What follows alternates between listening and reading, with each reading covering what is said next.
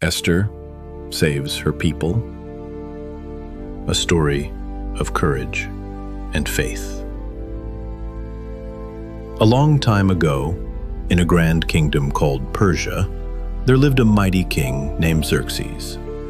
He ruled over many lands and had wealth, power, and a beautiful palace filled with servants and treasures. One day, King Xerxes decided to throw a huge party, a celebration that lasted for days. He invited princes, nobles, and important people from all over the kingdom. Everyone was eating, drinking, and enjoying the royal feast. Now, the king had a queen named Vashti. She was known for her beauty and elegance. During the party, King Xerxes wanted to show off his queen to all his guests. So, he sent messengers to bring her to the banquet hall. But Queen Vashti said no, she refused to come. The king was shocked and angry. In those times, refusing a royal command was a big deal. His advisors told him, if the queen disobeys you, the other women in the kingdom might do the same. You need to act. So, King Xerxes removed Queen Vashti from her position.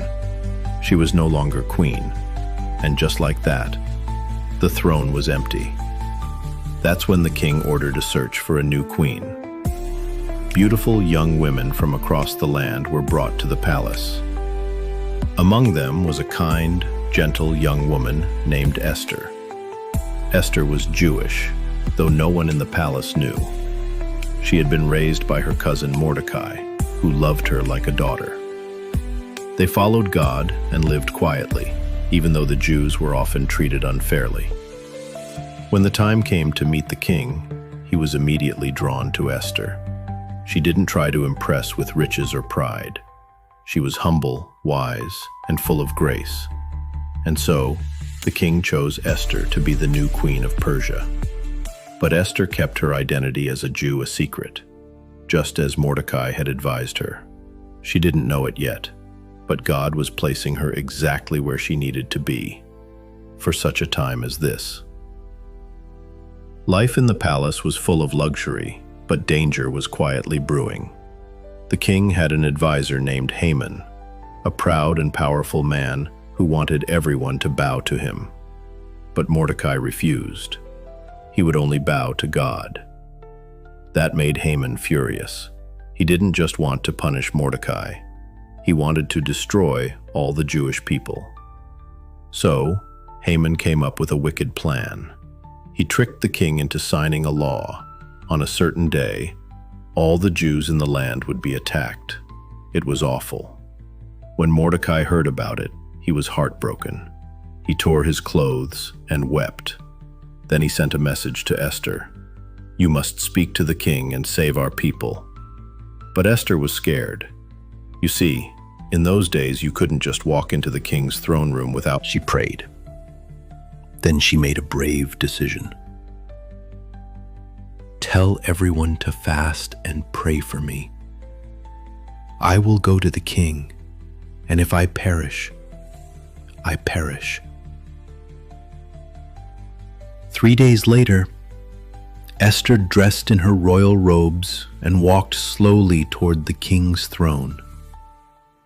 Would he be angry? Would he send her away?